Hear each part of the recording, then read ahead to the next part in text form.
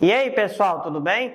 Hoje nós vamos falar sobre uma das problemáticas que a gente mais recebe pergunta no Instagram e no YouTube da Ribeiro Costa Advocacia, que é o PA Tapurá Itanhangá.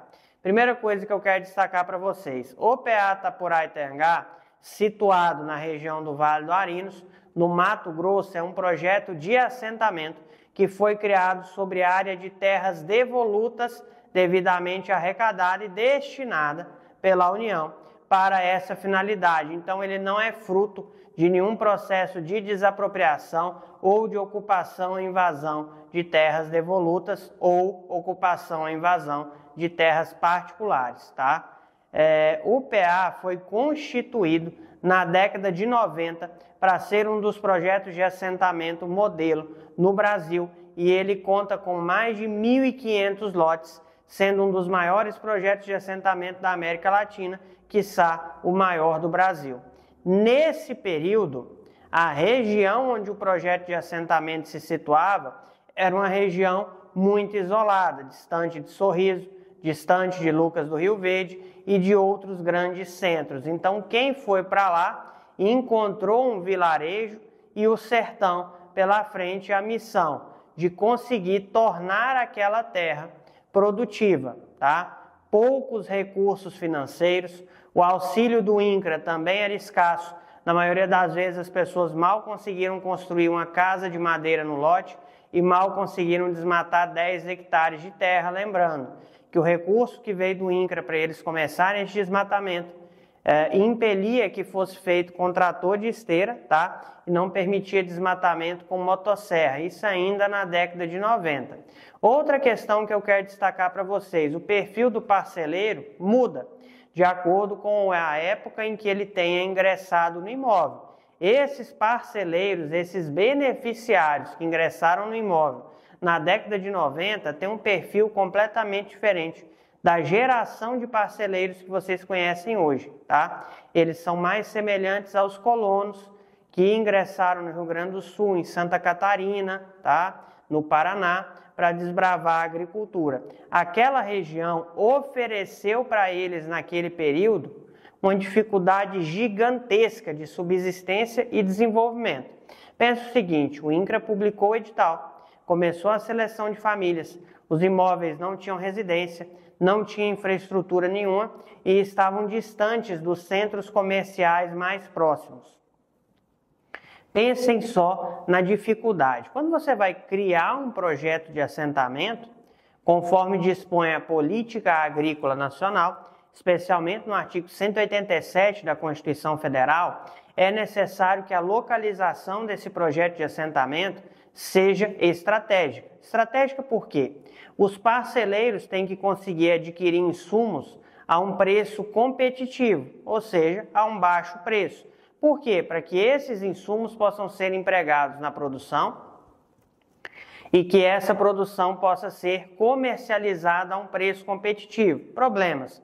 Na época, a aquisição de insumos era onerosa e os grandes centros comerciais eram distantes, o que tornava a produção onerosa e dificultava a comercialização dos bens produzidos. Aquilo ali foi um calvário, um suplício de dor e sofrimento para inúmeras pessoas que largaram tudo para arriscar a sorte na região do Tapurá Itanhangá. Tinha muita gente ali que vocês podem ter certeza que caminhava 15, 20 quilômetros empurrando uma bicicleta com um saco de arroz na garupa para vender na cidade mais próxima para conseguir dinheiro para continuar tocando seu empreendimento.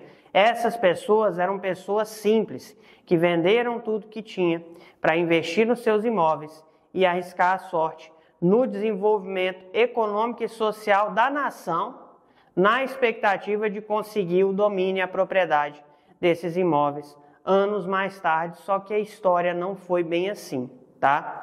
Se a maioria assinou o contrato de assentamento entre 95 a 97, diversos deles só receberam título de domínio no ano de 2005. Tamanha a negligência que o INCRA teve com esse pessoal. Pensem vocês que nesse interstício de tempo, a maioria deles sequer conseguia acessar as linhas de crédito necessárias à produção.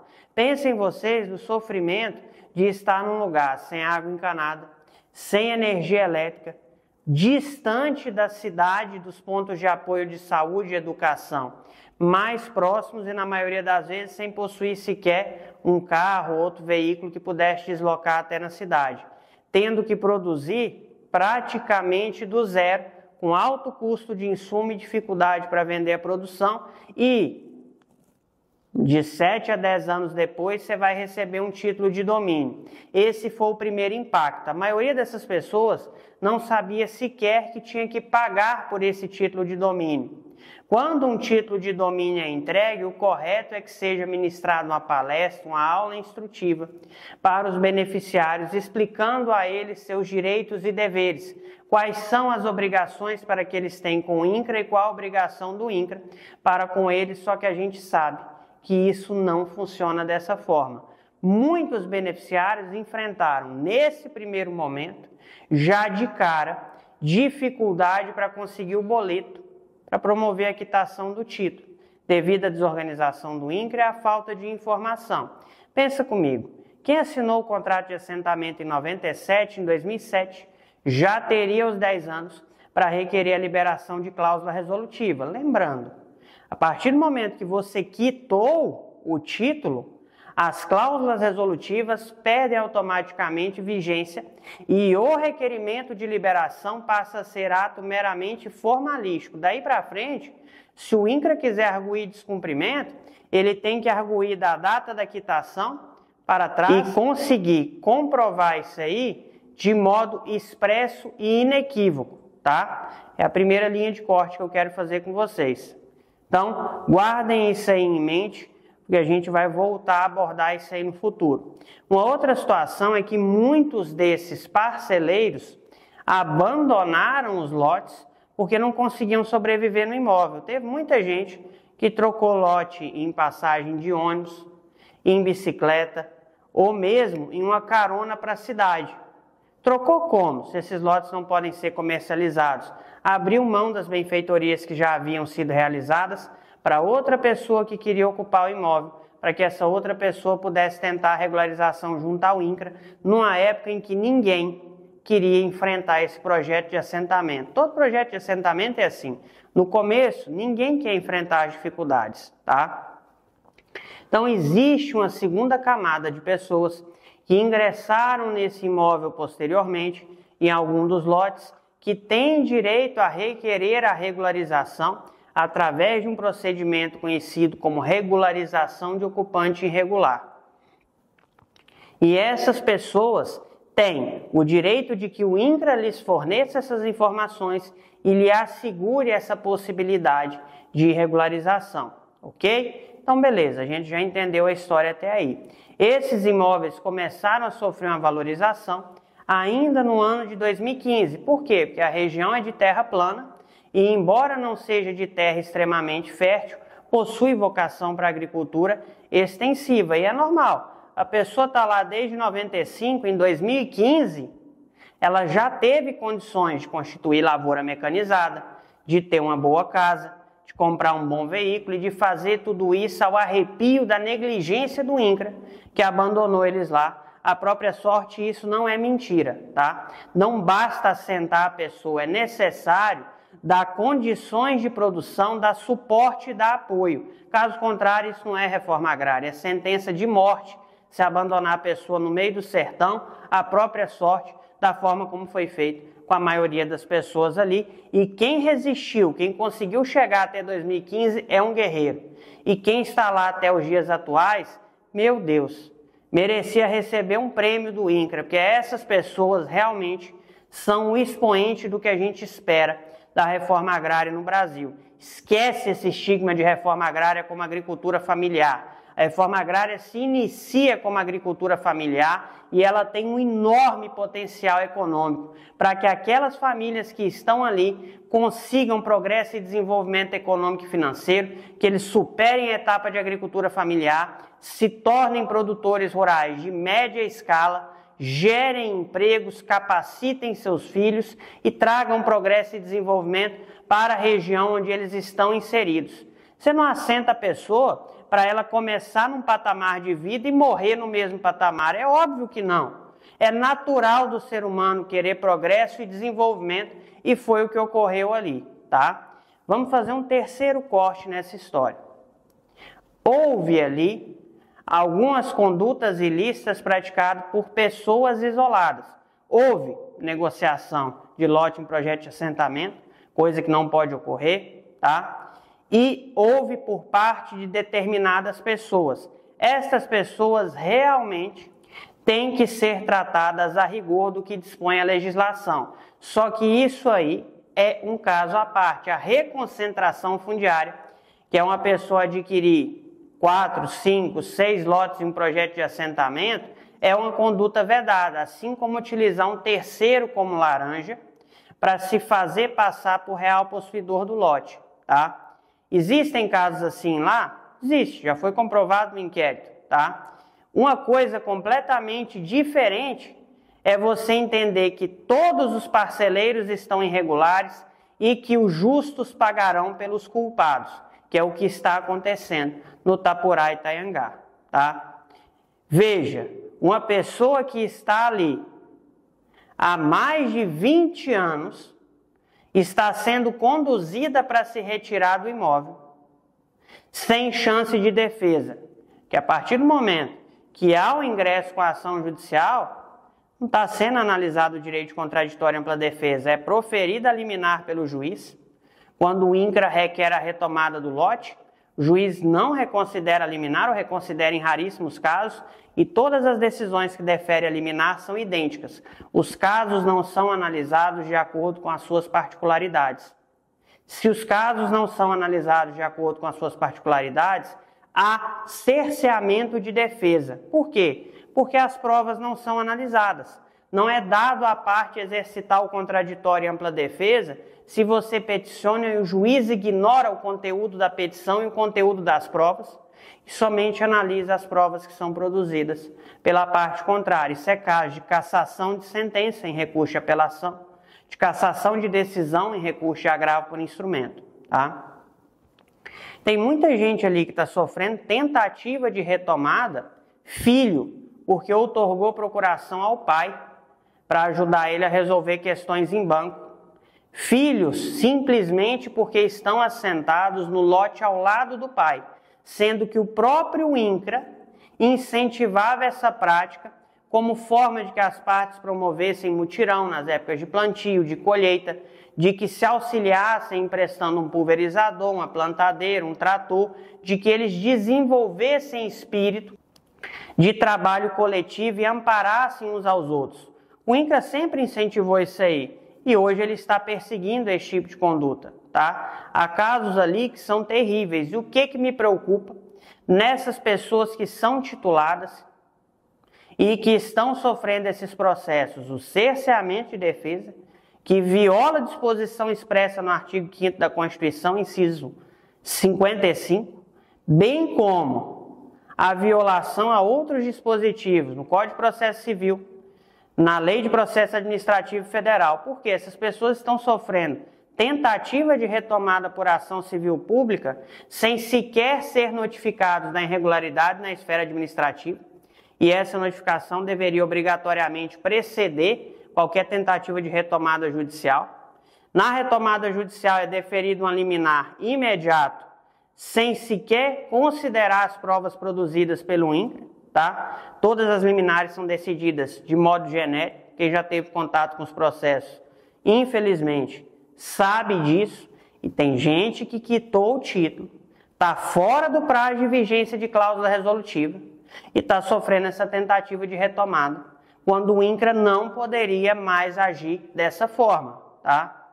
Lembrando, cada lote retomado é fragmentado em 4 parcelas e entregue a 4 novas famílias que vão receber esse imóvel, completamente beneficiado e pronto para produzir.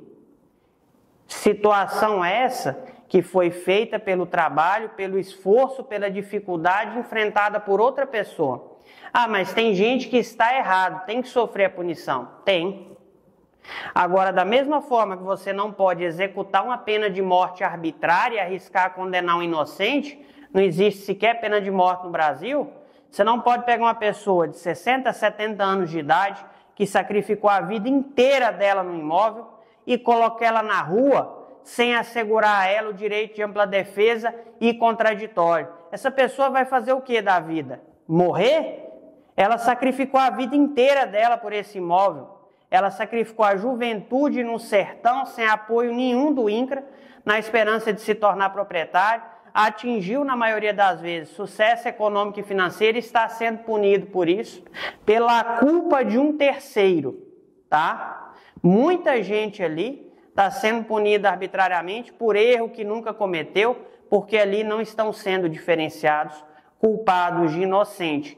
É triste falar isso, mas me parece que a meta é simplesmente retomar para assentar outras pessoas. E a gente sabe que a política agrária nacional é relacionada à política na esfera do governo federal, tá? Infelizmente, sempre foi assim, varia de governo para governo. Outra coisa que eu quero destacar com vocês aqui é o seguinte: vamos retomar das pessoas que invadiram lotes. Invadir é uma coisa. Quem invade o lote é aquela pessoa que ocupa e não preenche os requisitos para se regularizar. A lei 8629 de 1993 prevê no seu artigo 26b a possibilidade de regularização de ocupante irregular. O que é isso? Se aquela pessoa que está ocupando o imóvel não se encaixa nas vedações do artigo 20 dessa lei e preenche o perfil da reforma agrária, se ela tem perfil de parceleiro, ela tem direito de se regularizar naquele lote, de ser homologada, de receber a CCU e receber o título. Por quê? Simples. Porque o direito de acesso à propriedade, como desdobramento do direito de propriedade, entrelaçado à sua função social, defende que aquele que já ocupou o imóvel, tem perfil de parceleiro da reforma agrária e já está produzindo, tem a chance de se regularizar primeiro, antes que outra família seja convocada para ocupar o imóvel, porque essa pessoa já cumpriu a função socioambiental e econômica daquele imóvel. A lei dispõe expressamente isso. E o decreto, que é o 9.311, prevê expressamente que, apresentado o pedido de regularização de ocupante irregular, ficarão sobrestadas quaisquer medidas de retomada do lote na esfera administrativa ou judicial. O INCRA editou uma instrução normativa em 2019, que é a Instrução Normativa 99, que prevê isso expressamente no seu artigo 68, e isso não está sendo observado. Os imóveis dessas pessoas, os imóveis que elas ocupam, estão sendo retomados antes que os pedidos de regularização de ocupante irregular sejam analisados. Em absurdo ato de negligência. E pior, existem pedidos que o INCRA está negando de forma genérica. E pior, existem pareceres que estão sendo dados dentro desses processos de regularização, tá? E esses pareceres, inclusive, são públicos, em que o órgão fundiário opina que é contrário à regularização fundiária, porque se ocorrer a regularização do ocupante irregular no caso concreto, isso vai impedir a retomada do lote. Meu Deus do céu! A norma prevê o direito à regularização, sobrestamento das medidas de retomada, e o INCRA se opõe à regularização, contrariando lei, contrariando decreto, contrariando instrução normativa, contrariando o próprio direito de acesso à propriedade, o desdobramento reflexo na reforma agrária, porque isso vai impedir a retomada. Então quer dizer que o interesse não é promover a reforma agrária, a função social da propriedade é retomar. Estranha essa situação, tá? Muito estranha. Ah, mas existem pessoas que merecem ser punidas? Existe.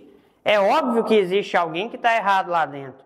O que não é certo é que os justos paguem pelo crime cometido por outras pessoas. Que todos sejam tratados como culpados. Todos, inclusive aqueles que foram negligenciados e esquecidos pelo INCRA por mais de 10 anos, entre 95 e 2005, e que venceram sozinhos pelo próprio trabalho, pelo próprio esforço, pela própria dedicação, e que estão amedrontados diante dessa situação. A situação é muito mais grave do que parece. Se você acha um absurdo o Brasil ter pena de morte, porque corre o risco de executar um inocente, essas pessoas estão sendo condenadas sumariamente, sem direito à defesa. Ah, mas elas vão poder contestar, vão poder agravar, perfeito. Depois que eu reintegrei a posse e assentei outra família nesse imóvel, sem indenizar uma pessoa que foi titulada, que trabalhou e tornou esse imóvel produtivo, que edificou inúmeras benfeitorias nele. Se essa pessoa ganhar o processo, ela vai receber o que em troca? O lote, ela não vai voltar para dentro dele. Já foi destinado para outras famílias. Indenização do INCRA? Em quê? Em precatório? Daqui 10, 15, 20 anos? Para uma pessoa que já tem 60, 70 anos de idade? O que essa pessoa vai fazer da vida dela? Se tudo o que ela fez para prover o próprio sustento está nesse imóvel e se na maioria das vezes o imóvel é a única residência que ela tem. Isso não é uma decisão liminar para resguardar o interesse do INCRA. Isso é uma sentença de morte contra essas pessoas. É um absurdo o que está acontecendo ali. Se vai retomar, se pessoas vão ser punidas, que sejam punidas observando o devido processo legal. Caso contrário, o que está havendo ali não é justiça, é um processo inquisitório de perseguição arbitrária e imotivada, tá? Onde os justos são punidos pelos culpados, simplesmente para fazer justiça cega, não há justiça. A negligência e a arbitrariedade, é isso que está acontecendo ali no Tapurá Itaiangá, o caso mais grave que eu já vi até hoje no Brasil, e justamente por cerceamento de defesa, as pessoas não foram notificadas para se defender na esfera administrativa, o que é obrigatório. As defesas feitas na esfera judicial, em primeiro grau, estão sendo ignoradas, tá? Na maioria dos casos, e pessoas que nunca cometeram um erro sequer, estão correndo um risco gravíssimo de perder o patrimônio de uma vida toda, tá? Alguns que têm o direito de se regularizar e preenchem todos os requisitos, e outros de quem o INCRA não poderia sequer estar exigindo condição resolutiva alguma, porque o título está quitado. Falta só requerer a liberação da cláusula resolutiva, tá? A única coisa que o INCRA poderia alegar é violação da condição resolutiva até o prazo decenal. Até o prazo de 10 anos, contado do contrato de assentamento, da CCU ou da obtenção do crédito fundiário voltado à finalidade de habitação. Não confunda com o Banco da Terra, tá? É outra coisa. Então, 10 anos do crédito habitacional, 10 anos, contrato de assentamento da CCU, o título está quitado, a pessoa foi titulada e quitou, a cláusula resolutiva dali para frente já não está mais vigente. Só se observará o descumprimento até o prazo de 10 anos, desde que tenha havido a quitação, tá? Descumpriu dali para trás, tudo bem, dali para frente não se observa mais. Existem diversas situações que estão acontecendo ali que cortam o coração da gente, é difícil não ficar indignado. É difícil não ficar indignado, porque para quem defende os direitos humanos, democracia, ampla defesa e contraditório, o que está ocorrendo ali é um antagonismo absoluto a tudo isso, tá? E isso é só uma parte da história do Tapurá Itaiangá, tá? Para quem duvida, tudo isso aí é público nos processos judiciais que estão tramitando e quem está lá dentro sabe contar essa verdade. Faz mais de 10 anos que eu trabalho com reforma agrária e regularização fundiária na iniciativa privada e pode acreditar. Eu sei o que eu estou falando. Eu vivi essa realidade junto com esses parceleiros em inúmeros lugares do Brasil. Sei que existem pessoas culpadas, mas isso não é desculpa para punir indiscriminadamente quem é inocente e quem, acima de tudo, tem direito de exigir do INCRA, no Pacto Social da Reforma Agrária, a parte da obrigação que ele nunca cumpriu. Beleza, pessoal? Isso é um pouquinho da história do PA Tapurá Itaiangá, tá? Se quiser, deixa seus comentários aqui embaixo para a gente debater nesse vídeo, tá? Pode fazer pergunta, pode fazer questionamento, não tem problema. Forte abraço!